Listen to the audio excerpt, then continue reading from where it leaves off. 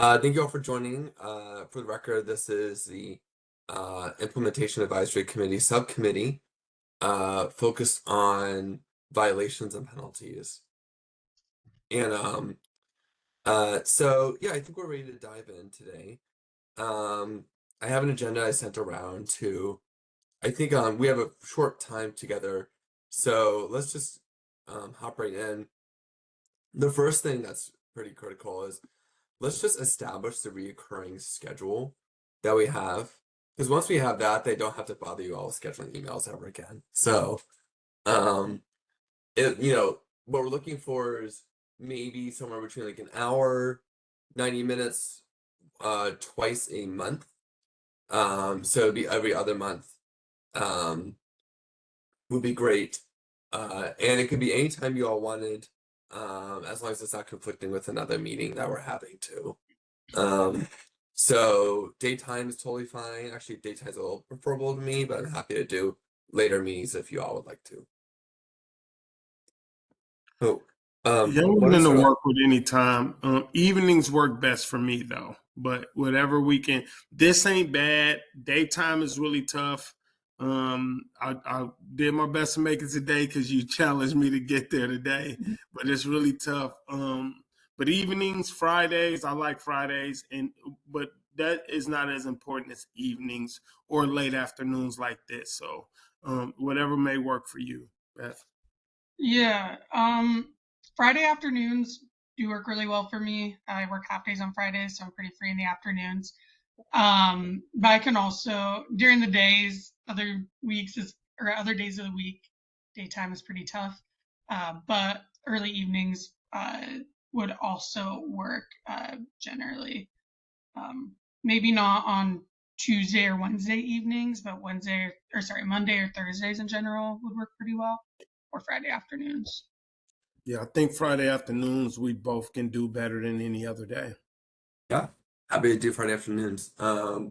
So it wasn't so bad today, but I think my request is that we don't have them because like twice a month we'll have Friday morning Yeah. IEC meetings. So let's not have your Friday afternoons the same day as a Friday morning.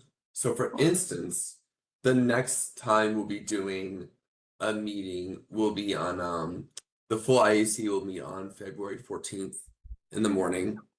So if it was February 7th, and then maybe February 21st, that would satisfy the twice a month requirement, and that would alternate. How do people, for the full IAC meetings, how do people feel about that? I'm Works okay with that. perfectly for me. Yeah. Okay, great.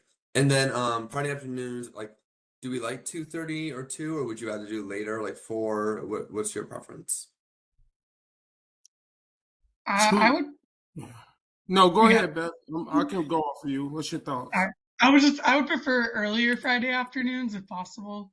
Um, like, yeah, anytime after 12 p.m. really works for me. Yeah, Yeah. can we? I'm with you. Can we do the 12, 12:30, maybe a 12:31? 12:30 works great for me. Does that work for you, Beth? Yeah, that's like perfect actually. All right, Great. perfect. Okay. Let's do 12:30 on Fridays. Awesome. I'll send you all a calendar invite after 12:30 on Fridays. At 7 and 7 and 21. Okay. I would schedule one for January 31st, but unfortunately I'll be out of town then. So unable to make that one work. Okay. Well, great. Thank you all for that. That is excellent to have set up. So I think next we have like defining the scope of the subcommittee on violations and penalties. I think the thing to note is that like I don't and I want to just clarify my role going forward. I'm just here to support you all. So I'm gonna like make suggestions or recommendations, but please feel free to take them and like disregard, adjust accordingly. Ignore. But I don't want you to feel like I'm telling you what to do. But so I think the idea was that we wouldn't be coming up with all of the violations in this committee or subcommittee because all the other committees or subcommittees are meeting and they're also coming up with their own violations. So for instance, there's a contribution limits and spending limits subcommittee, and they're going to be the ones that say like the contribution limit is $350, for instance. So anything above $350 would be a violation. They've already determined that that would be the violation is anything above 350. So then it would be on this subcommittee to decide, all right, well, if that happens, if someone does take in more than 350, what do we do about it? So I think like there may be room to come up with new violations in here, but I imagine most of the violations will be like detailed in the other subcommittees in the full IAC. That's my understanding of the scope, but do you all feel differently or want something different? No, so if I'm hearing it right, it's just like the other committees are looking at violations and we're thinking about what is the penalty of those violations. Am I hearing Yeah, that right? Yeah, I'm not in a business of making up new things for people to get dinked about, right? I just want to be reasonable about what those dinks look like. yeah, great. Um, Beth, what are your thoughts on that? Yeah, no, that makes a lot of sense to me. And then just to clarify further, are we actually never mind. You already said what I was gonna ask. So yeah, that makes perfect sense to me, and I'm excited to work on it. Yeah. Oh, great. Okay. And actually I don't because this is like our first meeting all together, and I don't think we've all been on the same call before. Like Beth and Terrence, you just want to take a second to just introduce yourselves to each other? I guess we could have started there. I'll go, Yeah. Beth. So my name is Terrence Hayes. I did run for city council last year. I enjoyed every aspect of it. I think I bring some unique to the space. I came in fourth place in District 1, but I'm really proud of myself. It took a lot of work. I learned a lot of lessons. I'm excited to work on this because as a first time person, like a lot of this stuff was new and scary, right? Because, folks always make it like the littlest thing can be the end of your support. And the folks at Small Donors and all that, they wasn't like that. They were extremely patient. They were extremely like present. So I want to be a part of creating an atmosphere for future people who run for office where they know like you when mistakes happen, it ain't over. So I'm excited about being a part of that. I work in gun violence reduction for the ceasefire model for the city of Portland. I leverage every aspect of my lived experience to help bring resources to people who are at risk of either committing gun violence or being victims of it. And so Mm. I love the fact that the work I do every day can impact folks' life. And that's kind of what I do every day, Beth. It's awesome. Yeah. Well, it's nice to meet you. My name is Beth. I use they them pronouns. My day to day, I work with Unite Oregon as a lead policy coordinator there. So I do a lot of lobbying work and a lot of campaign work on our C4 side with Unite Oregon Action.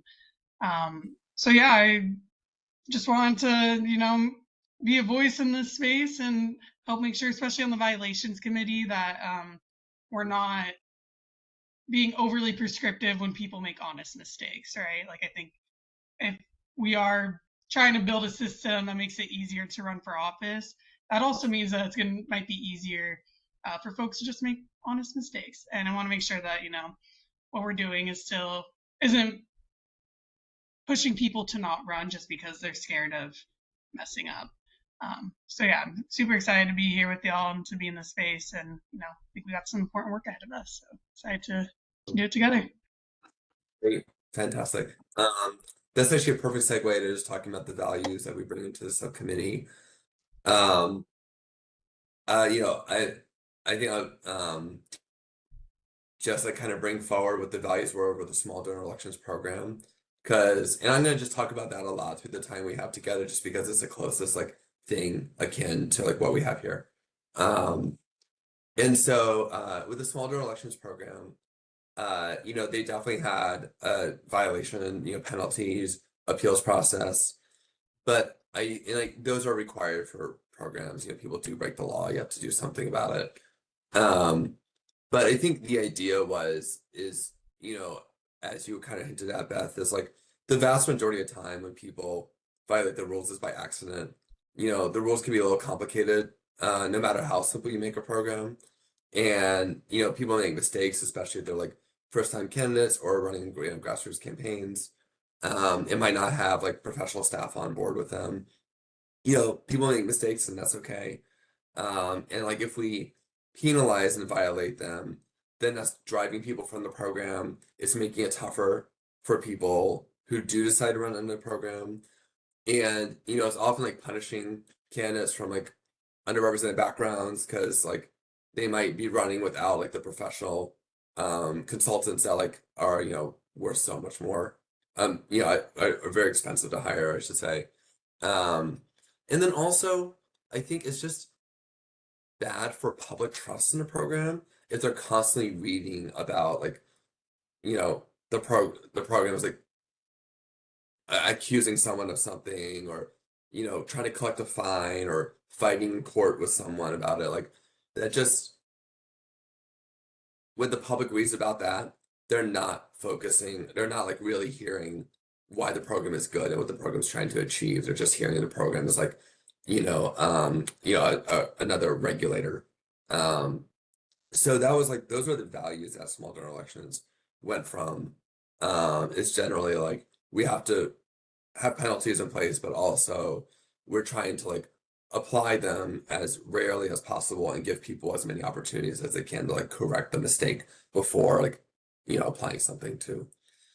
Um, that is, I would be curious to hear like both as you are subcommittee members, what your opinion, like what your reactions to that are, and also like what your values and thoughts are going into this work too, about like when it comes to violations of penalties too. Yeah, I think I'm pretty much right in line with everything that you said. You know, I think that there's a lot of nuances that we'll have to consider when people do violate, you know, the law. And then, you know, we want to make sure that we are holding people accountable and making sure that the program is running smoothly and correctly. But like you said, the vast majority of violations are just honest mistakes, and you know that's really what I'm trying to keep my mind set on is how can we make sure that this program is accessible, understandable, and you know achievable for folks, first-time candidates, especially folks from underrepresented backgrounds. So I think I don't really know if I have anything else to add to what you said, but I do align myself with that quite closely. But curious about Terrence's opinions on it. Yeah, I mean, I just so happen to be black. I don't know if y'all noticed that, you know what I'm saying? That makes me from that kind of, I'm just joking. But no, I mean, listen, I come from the space of being underrepresented, don't have family that come from any political strength or might, right? I just did my best to come and be a part of the tough conversations. And I do agree with y'all. I'm totally in line. Like at the end of the day, I want to be able to make sure that, hey, there's rules, right? We got to honor that. But we don't want to create an image, like you said. We don't want to create an image of like this program is watching and waiting for every little mistake, and then people are afraid to engage. I would love to better create an image of like, look, okay, somebody gave you something over 350. Hey, keep aware. You know, our first stage of that penalty is like a notice. Please let your, you know, constituents know that you can't go over that. And that just little ways to, you know, almost like the progressive discipline better than like I want to embarrass you or make you nervous and scared. I think when people come into this space and they like and they do the training, they're like, but everybody breathe. When you mess up, we're always looking to support you, to realign you, and let's get going. We're not looking to take you out. And if we can bring that to our penalties and violations, I think we bring an energy that allow people to go into this fight comfortable. Because I didn't get no help for a long time, right? And I was just trying. I was scared of like, can I buy this soda? Can I not? Like it made I was really nervous to do the littlest things instead of going like, hey, I can make a quick call or I can figure it out or it's not over. So I'm with y'all. I think that if we can protect this program and we can give an image that everybody is welcome to this program and that you should be excited about a program where you can get some money from the taxpayers because they want everyday people to get in this fight and I'm just an everyday dude, then like we're gonna be fine. I think our committee is going to do really well, Beth. We'll walk this down together and we'll come Yeah. up with things that promote this program more than like make people afraid of it. Yeah, for sure. Much appreciated. Thank you for those insights. Yeah, I think with the smaller elections program, like kind of what Terrence was hinting at, is that the program strove to be like available to people. So sometimes with other programs, people will call and be like, I have a question, or they'll shoot an email over with a question, and then like sometimes the government programs will be like, well, you have to talk to your council about it. We can't give you guidance on it. And that's a huge barrier for people because like a lot of these campaigns don't have counsel and like they don't have the time to like secure counsel. Um, and also like the program in this, these programs are the subject matter experts. Like, why can't they just give the guidance right there? Um, and so that was like always a virtue of the program, was a value of it, was like trying to provide that guidance quickly and upfront. And like, and make sure that people had the information they needed. Um, one of the things that the program did, and we'll get into the policy in future meetings, but like one of the things the program did really well was it has something called a cure period. And so if someone violated the rules, they would have with the city, it was 30 days after the violation to fix it, and then there would be no penalty. And so like, they accidentally got a donation above the contribution limit. And as long as they refunded it within 30 days, no harm, no foul. And because like if it's an honest mistake, then people usually make an honest attempt to fix it. And like that, avoided like got like 80% of the penalties because like once we told people there's a method to fix it and you won't be penalized, most of the time people did. And so and then we didn't have to penalize them and we didn't have to like go through that whole process that is so terrifying for a lot of users. So that was something that like was I think a major innovation for the small town elections program too. Yeah, I love the idea of a cure period. I think that would make it easier on candidates, on the county, just on all parties. And yeah, definitely help with like that public image piece where we want folks to trust the program, and I think having a way to resolve issues is a great way to build trust within the program. Yeah. So what I'm gonna do is I'm gonna just show you a screen. I'm gonna try to share my screen again. It didn't work this morning, but let's see if I can do it.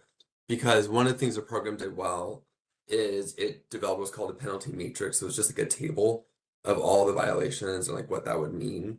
And it looks a little intimidating, but just because it's a lot of information, but like it does show some patterns. Like how do programs usually like assess these penalties and what do they usually do? And what kind of things are usually penalized. So let's see if I can just share. Okay, share content, screen. And then I wanna, yep.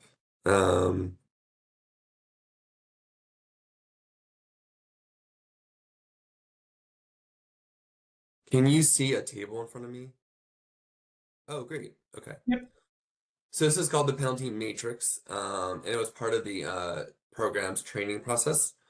And so I had the violation type, and then the description, the penalty, the cap. A lot of programs have caps on penalties. And so they say like, we'll penalize you, but like it can only go so high. Um, that's because like, the goal is certainly not to like bankrupt these campaigns. Um, and then so a question is like, what are the caps on these violations if there are caps? Other times, some violations have minimums, like it's a minimum this amount of violation, and then it may increase over time. Some of the programs or some of the violations you would pay out if you like had a penalty, you would pay it from your campaign bank account. And then sometimes you actually pay it from your personal bank account. That was rare. We didn't try to do that a lot.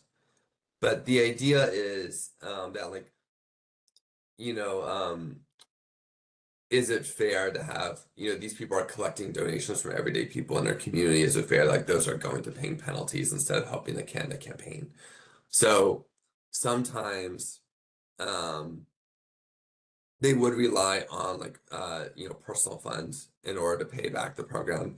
Again, really careful with those because a lot of candidates are, they're not running with a lot of money in their personal accounts. And so we want to be careful about that, but it is an option for you all to think about too. Let's see if I can show you. I think I have another one here. Yeah, this is a little bit more broader one. And this had everything on there. And so I'm not going to go through it in great detail, but maybe I'll just try to send it over to you afterwards. But a lot of times the violations would be like for late filings was one of the most common. So usually these programs have to and if candidates are running into these programs, they have to report their donation and expenditure reports to the program to make sure like the program can evaluate whether or not they are in compliance and can review their records. And so one of the biggest things I would have, one of the most common mistakes is that like people, a candidate would not submit a donation by accident. They would just like leave it off of their report. And so it's technically a late report. And in that case, it incurred a very small penalty. It was 0.5% of the transaction amount per calendar day, but only if it was like past that cure period we talked about earlier. And the insufficient filings too, like a lot of times, maybe a candidate will file a donor's, they'll file the amount that the donor gave, but they didn't file the donor's name. In a lot of these cases, the staff would just call over to the candidate and be like, hey, can you just amend that and fix it real quickly? And no harm, no foul. But if it became like a bigger issue, then there was a method for penalizing people for insufficient filings too. And we talked about prohibited contributions, and like if they weren't allowed to raise donations directly from businesses, unless it was like a small exception. And so if they did, then they were penalized about it. But there was a cap. You see $10,000. And what does that next word say? $10,000 unless the violation exceeds 10,000 to be over that too. So again, not saying that the penalty is 10K. It's just that was the cap on what it could be. And so a lot of times it was a percentage or a ratio. It often was not a flat fee because penalties range. And sometimes like you make a small mistake or a big mistake, and then why should you have to pay the same amount for those? And so we had like prohibited use of matching funds, which I think would be again a penalty based on a cap of $10,000 unless the violation was over 10,000. So like that's kind of the first like bucket of penalties is it's a ratio or a percentage. And then once they get bigger, it becomes a question like should they get kicked out of the program entirely too? And like those are obviously the most serious things. So that's like fraud, for instance. A candidate would get kicked out of the program for fraud. So I'm going to send this over to you, but I think it gives you an outline of how we think about these violations. And we don't have to copy it, of course, like exactly, but I think it does help like frame the conversation for people too. And then one of the things that was important is that the director of the program had the authority to waive a penalty. They didn't always have to go through like the oversight committee. They could just make that determination itself because it was much faster and quicker and like wouldn't necessarily have to be done on the public record like a subcommittee or a committee does. So giving the director some authority to waive penalties, gave the program a little bit more flexibility too. I'm gonna stop recording the screen here. I know we're already kind of at that limit of our time. Again, I'll send it over, but like any initial impressions or reactions from that document? Not super helpful though, so if you wouldn't mind sending it to us so we can dive into it a little bit more, I think that'd be beneficial. Yeah, totally. Happy to do that. And I think another question which is a little later down the road is like, is there a process for appealing or getting another hearing if like if the program assessed a penalty or said it was a violation, what recourse do the candidates have? And so that's important to like iron that out. And one thing I didn't talk about today in the full committee meeting, but I will make sure everyone understands, is that like we don't have to have all the kinks worked out by the end of March. Like so like the exact appeals process or like the timeline of appeals, whether it's 2 weeks or 10 days, whatever. Those are things we can always circle back and work on later. The bigger piece is like what are the recommendations we're making for the county board to work within too. So don't feel pressure to create something that's on the level of the detail of the table I just showed you. It could be less than that. In the final few minutes, do we let me look at this agenda one more time. Oh yeah, so organizing the following meetings agenda. Thinking about we could talk about cure period a little bit more, and we could also discuss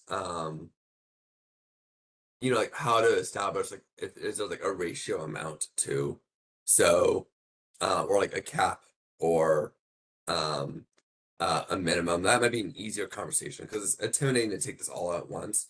But if we're like, okay, like, how often do we want to use minimums? How often do we want to use maximums? And when do we want to use ratios? Kind of like laser focusing on that might make it easier to work through this all too. How do people feel about that though? It's certainly open to other ideas. Yeah, I got nothing. I'm feeling like you catching me up, so I'm grateful. So don't feel no way about throwing ideas out there. I'm telling you, I need it. Okay. Okay, great. Thanks for saying that. Yeah, no, that sounds good to me, and it sounds like a good starting spot for us. Okay, great. And like, of course, you're all welcome to email me anytime if you have other ideas you want to talk about. If you email, make sure that if you email each other or make sure if you email anyone else about community work, it's good to like CC me on that email so that way it's preserved for public records too. And then I always email you all on a BCC so that way you can't hit reply all and then end up talking to each other, which would be which would be outside the public meeting law. So unfortunately, it's just something I have to do to keep you all in compliance. But yeah, feel free to reach out to me if you have other questions or you want me to research something particularly. I'm happy to look into whatever you all want me to look into. And otherwise, any final words before we adjourn today? Okay, great. Okay. Well, thank you all so much and hope you have like a restful and thoughtful weekend too. Y'all have a good one. Yeah, All yeah, right. you too. Bye. Take care. Bye.